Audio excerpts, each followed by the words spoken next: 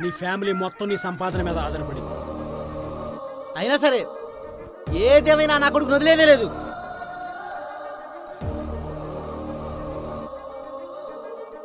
నేను చెప్పేది ఇంకా పూర్తి అవ్వలేదురా.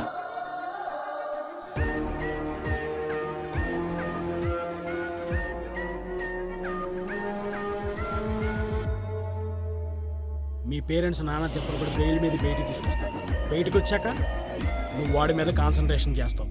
ఓ పక్కన ఫైనాన్షియల్ ప్రాబ్లమ్స్. నువ్వు చెప్పే అని కామనేగా.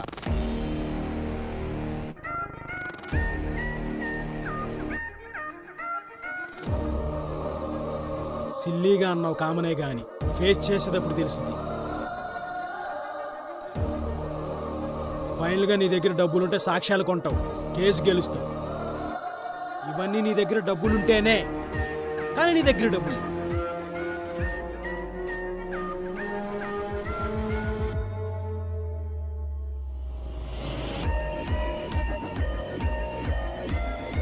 ఇప్పుడేం చేయమంటావు?